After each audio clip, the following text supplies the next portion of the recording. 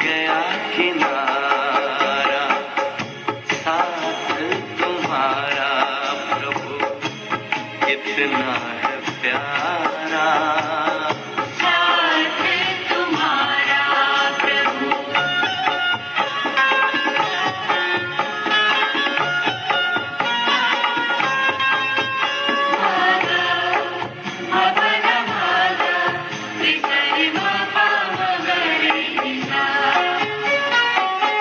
रोशनी ही रोशनी आती नजर है, अपना भंवर का डर ना ही फिक्र है, ना ही फिक्र है।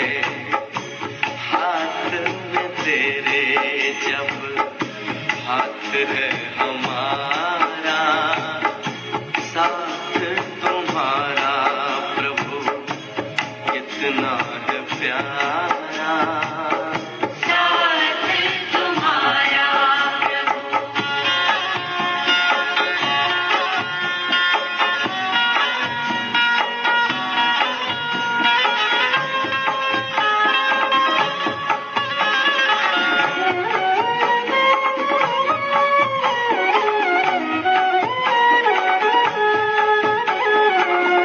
किसको खबर है कौन साथ है हमारे, जिसकी नजर से चलते चांद और तारे, चांद और तारे। कितनी ही बार तुमने पार उतारा, साथ तुम्हारा प्रभु कितना है प्यारा। साथ तुम्हारा प्रभु।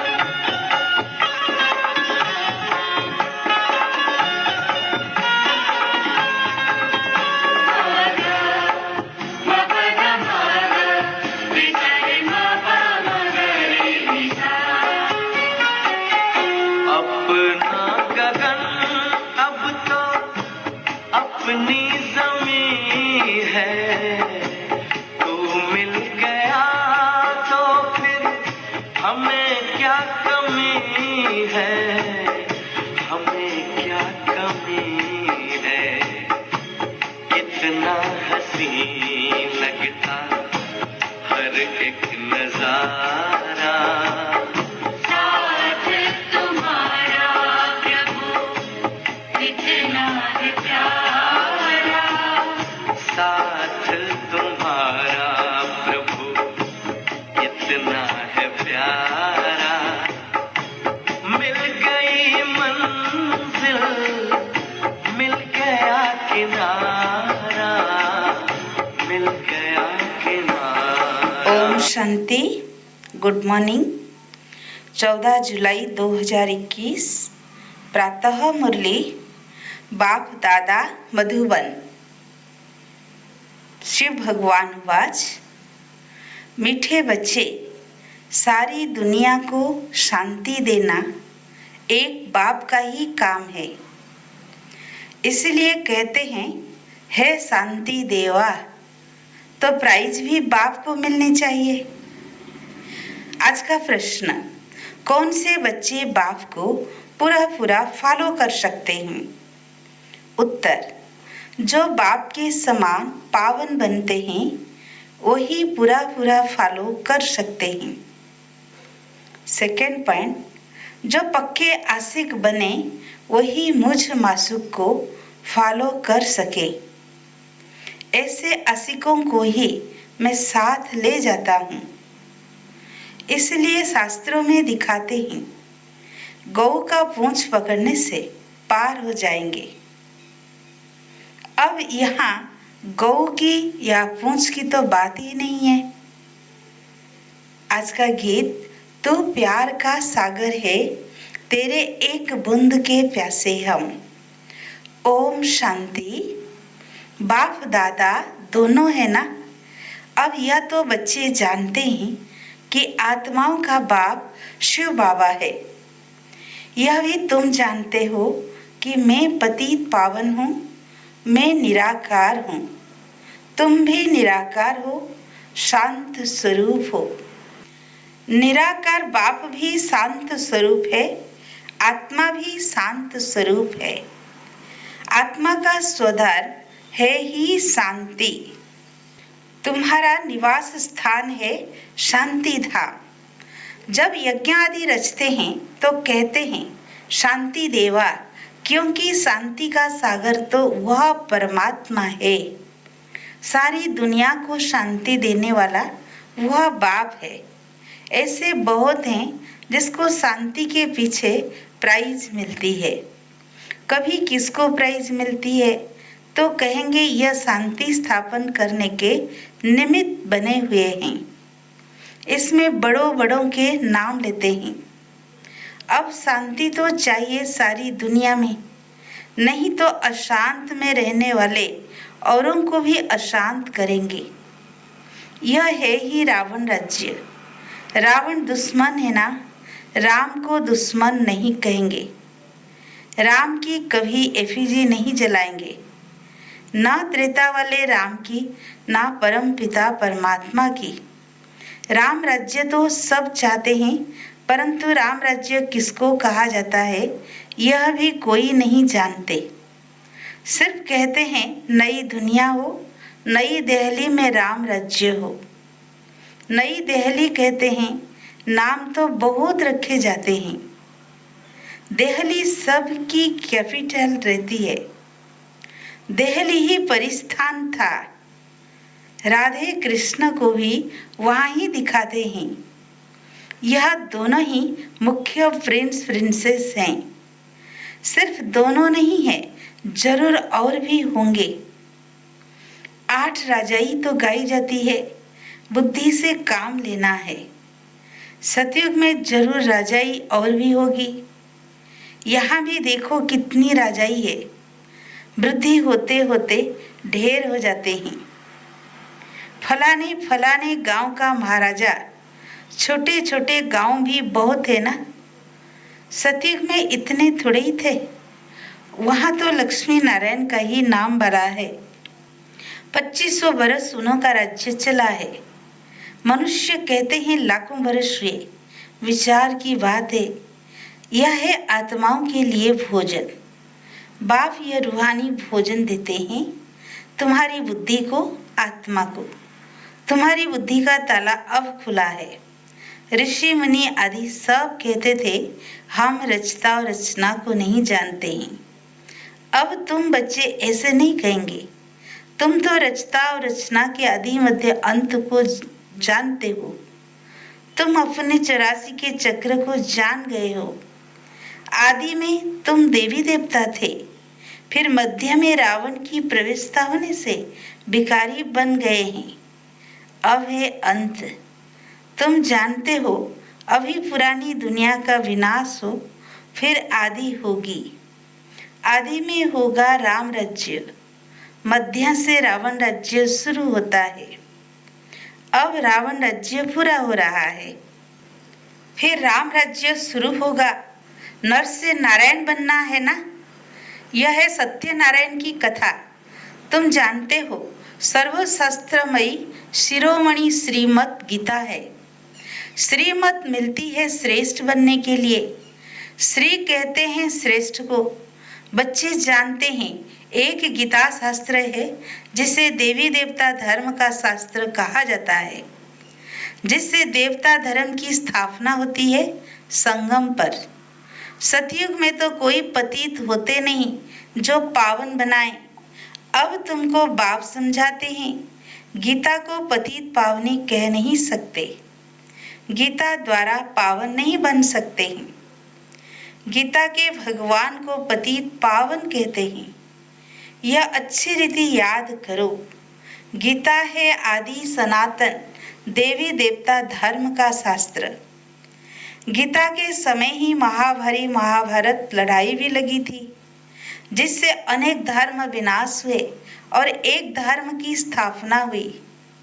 गीता के लिए कहते हैं देवी देवता धर्म का शास्त्र। ब्राह्मणों का शास्त्र नहीं कहते हैं, ब्राह्मणों का नाम गीता में है नहीं। परमपिता परमात्मा ही आकर ब्रह्मा द्वारा इन सभी वेदों शास्त्रों आदि का सार बताते हैं। अब तुम समझते हो सतयुग में तो ब्राह्मण होते नहीं, वहाँ है लक्ष्मी नारायण देवताएं, ब्रह्मा के बाद है विष्णु। चित्रों में भी दिखाया है ब्रह्मा द्वारा स्थापना विष्णुपुरी की। ब्रह्मा और विष्णु इकट्ठे तो नहीं होंगे, ब्रह्मा द्वारा देवी देवता धर्म की स्थापना होगी। यह डिटेल में समझने की बातें हैं। अभी तुम बच्चे शिव बाबा से स्वर्ग का वर्षा लेते हो, हकदार ठहरे ना। मुख्य धर्म शास्त्र है 4। श्रीमद् भगवत गीता है नंबर 1 शास्त्र, जिससे नंबर 1 धर्म की स्थापना होती है। फिर होते हैं इस्लामी, बौद्धि। एक गीता ही है जिसमें श्रीमद् भगवत गीता लिखा हुआ है और कोई शास्त्र में श्रीमद् नहीं है।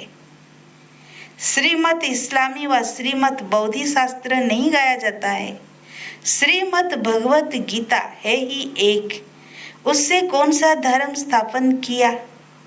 आदि सनातन देवी देवता धर्म की स्थापना हुई और स्थापना होती है अंत में। यह समझने की बातें हैं।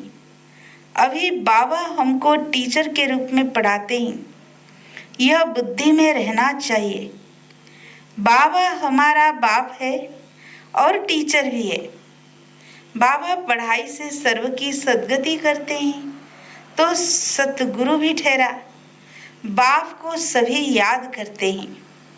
अब गीता में कृष्ण का नाम डाल दिया है, वह तो ज्ञान का सागर है नहीं। उनको ज्ञान के सागर बाप ने ऐसा बनाया है तो वह टीचर भी है।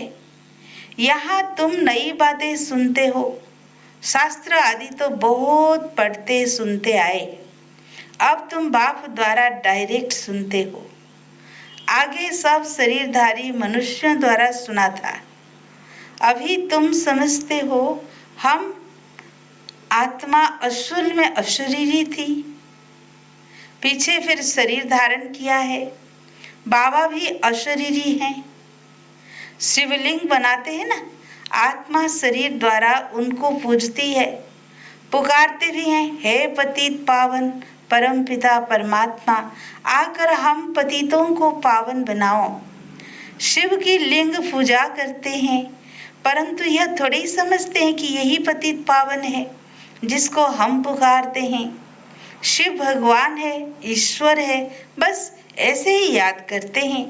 उनको बाबा कहें तो बुद्धि में आए कि बाबा से वर्षा मिलना चाहिए। हमको वर्षा मिला है तब हम पूछते हैं। भारतवासियों को वर्षा मिला जरूर है, कब मिला यह भूल गए हैं। अब तुम बच्चे समझते हो। बच्चे कहते हैं हम बाबा के पास आए हैं। शिव बाबा ब्रह्मा तन में आकर समझाते हैं। त्रिमूर्ति का नाम भला है, त्रिमूर्ति मार्ग नाम भी रखा है। बाप की महिमा बहुत है, गीत में भी सुना तो प्यार का सागर है। सर्व का सद्गति दाता है, सर्व को सुख शांति देने वाला है, सर्व का दुख हरता सुख करता है। बहुत प्यारा है ना, उनसे प्यारी चीज कोई और होती नहीं।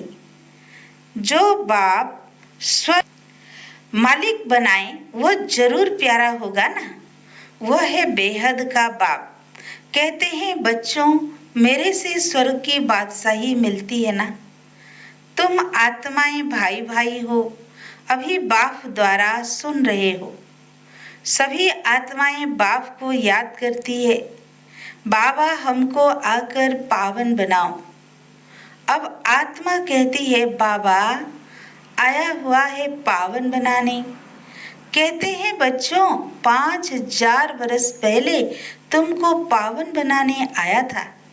अब मुझ बाप को याद करो तो तुम्हारे विकर्म नाश होंगे और तुम्हारे सब दुख दूर हो जाएंगे। पुकारते भी हैं, हे पतित पावन आओ, अथवा तालियां बजाते रहते हैं, रडियां मारते रहते हैं, पतित पावन सीताराम, तो खुद पतित ठहरे ना। यहाँ है ही नर्क, इसको रौरव नर्क कहा जाता है। गरुड़ पुराण में तो रोचक बातें बहुत लिखती है कि यह करने से यह बनेंगे, यह होगा। फिर कह देते गौ का पूंछ पकड़ने से स्वर्ग में चले जाएंगे, ऐसा कुछ लिखा हुआ है। अब जानवर की तो बात नहीं, तुम गौ माता हो ना, तुम्हारी पूंछ अथवा तुम्हारी पीठ जब तक कोई न पकड़े तब तक उन्हें रास्ता मिल न सके। पूंछ तो है नहीं, कहते भी हैं तुम्हारी पूंछ पकड़कर तर जाएंगे। अब यहाँ पूंछ तो पकड़ना नहीं है, परंतु फॉलो करना है। सन्यासियों के फॉलोअर्स तो बहुत हैं, परंतु फॉलो करना अर्थात पवित्र बनना। तुम तो सच्चे सच्चे फॉलोअर्स हो। शिव बाबा कहते हैं मैं आया हूँ तुम सबको वापिस ले जाने। तुम मुझे याद करो तो तुम्हारे पाप भस्म हो जाएंगे। पावन बनने बगैर फॉलो कर नहीं सकेंगे। शिव बाबा को पूरा फॉलो करना है। तुम यहाँ बैठे हो फॉलो करने के लिए। भक्ति मार्ग में भी मुझे याद करते आए हो। तुम जानते हो आत्माएं आशिक है, परमात्मा माशूक है। आत्माएं उनको याद करती है और वो आए हैं लेने लिए। कहते हैं मुझे फॉलो करो तो तुम्हारे को साथ ले जाऊंगा। कैसे फॉलो करो वो भी समझाते हैं। मैं हूँ पावन, तुम हो पतित, तो जरूर तुम्हें पावन बनना पड़े, जरूर फॉलो करना पड़े। भिखारी तो फॉलो कर न सके। फॉलो करने के लिए मेरे समान पवित्र बनो। क्या मैं पतितों को अपने साथ शांति धाम ले जाऊंगा? इतने सब मनुष्य भक्ति, तप, दान, पुण्य आदि करते हैं मुक्ति पाने के लिए, क्योंकि यहाँ दुख है और चाहते हैं वह अपने घर वापिस जाए। बाप कहते हैं पतित से पावन जरूर बनना पड़ेगा। मैं पावन हूँ तब तो तुमको पावन बनाता हूँ। आऊंगा भी ब्रह्मा के तन में। मैं रचता हूँ, मैं इस ब्रह्मा के तन में आता हूँ। दिखाते भी हैं ब्रह्मा द्वारा बाप देवी देवता धर्म की स्थापना करते हैं। तुम बिके हो, अब जानते हो शिव बाबा को फॉलो करना है। बाप कहते हैं मुझे याद करो, मैं प्रतिज्ञा करता हूँ पावन दुनिया में ले चलूंगा और कोई उपाय है नहीं। कहते हैं पतित पावन, या तो दृष्टि ऊपर जाती है या तो पानी की तरफ देखते हैं। गंगा तो पतित पावनी है नहीं, यह तो सागर से निकली हुई नदियां है। अब पूंछ तो तुम्हारा पकड़ना चाहिए। बाप कहते हैं तुमको पावन बनना है, मेरे को फॉलो करना है, तभी साथ चल सकेंगे। बाप कहते हैं तुम मेरे साथ रहने वाले थे, अब 84 का चक्र लगाए पतित बने हो। अब फिर मेरे को याद करो तो पावन बनेंगे। सन्यासी भी गृहस्थी को कहते हैं फॉलो करना है तो घर बार छोड़ो। बाप कहते हैं मैं परम धाम में रहता हूँ, तुम भी चलेंगे तो यहाँ ही विशेष सागर में रहना अच्छा लगता है। तुम तो पुकारते आए हो हे पतित पावन आओ। अब बाप आए हैं साथ ले जाते हैं। कल्प कल्प आकर तुमको साथ ले जाता हूँ। फिर सतयुग में तुम बहुत सुखी रहते हो। यह लक्ष्मी नारायण स्वर्ग के मालिक थे ना, इन्हों को इतना सुख देने वाला कौन? हेवनली गॉड फादर बाप याद दिलाते हैं तुम हमारी जयंती मनाते हो। परम पिता परमात्मा की जयंती सभी भारतवासी मनाते हैं। हमारा यह बर्थ प्लेस है। क्रिश्चियन थोड़ी ही मानेंगे, वो तो क्राइस्ट को मानेंगे। शिव जयंती भारतवासी मनाते हैं। यह सर्व के पतित पावन बाप का बर्थ प्लेस है। बाप सबको सुख देने वाला है, सर्व को लिबरेट करने वाला है। तो भारत कितना ऊंचे। बाप जानते हैं ड्रामा अनुसार जब हमारे बच्चे बहुत दुखी हो जाते हैं तब मैं आता हूँ वर्षा देने। बाप है ज्ञान का सागर, सुख का सागर, शांति का सागर, बच्चों को वर्षा दे रहे हैं। कहते हैं मुझे फॉलो करो। यह जानते हो हम आत्मा विकारी हैं, इसलिए शरीर भी विकारी ही है। सतयुग में आत्मा पवित्र है तो शरीर भी पवित्र मिलता है। अब बाप कहते हैं बच्चे पावन बनो, याद से ही तमो प्रधान से सतो प्रधान बनेंगे। अच्छा, मीठे मीठे सिकीलधे बच्चों प्रति माता पिता बाप दादा का याद प्यार और गुड मॉर्निंग। रूहानी बाप की रूहानी बच्चों को नमस्ते। हम रूहानी बच्चों की रूहानी बाप दादा को याद प्यार, गुड मॉर्निंग, नमस्ते नमस्ते नमस्ते। शुक्रिया बाबा, शुक्रिया। आज धारणा के लिए मुख्य सार। पहला पॉइंट, बाप से स्वर्ग का वर्षा लेने के लिए मैं आत्मा भाई भाई हूँ, यह पक्का करना है। बहुत प्यार से रहना है। जैसे बाप प्यारे ते प्यारा है, ऐसे प्यारा बनना है। सेकेंड पॉइंट, बाप समान पावन बनकर बाप को पूरा पूरा फॉलो करना है। बाप के साथ वापिस घर शांति धाम चलने के लिए पावन जरूर बनना है। आज का वरदान, याद के आधार द्वारा माया की कीचड़ से परे रहने वाले सदा चीयरफुल भव। कोई कैसी भी बात सामने आए सिर्फ बाप के ऊपर छोड़ दो। जिगर से कहो बाबा, तो बात खत्म हो जाएगी। यह बाबा शब्द दिल से कहना ही जादू है। माया पहले पहले बाप को ही भुलाती है, इसलिए सिर्फ इस बात पर अटेंशन दो तो कमल पुष्प के समान अपने को अनुभव करेंगे। याद के आधार पर माया की समस्याओं की कीचड़ से सदा परे रहेंगे।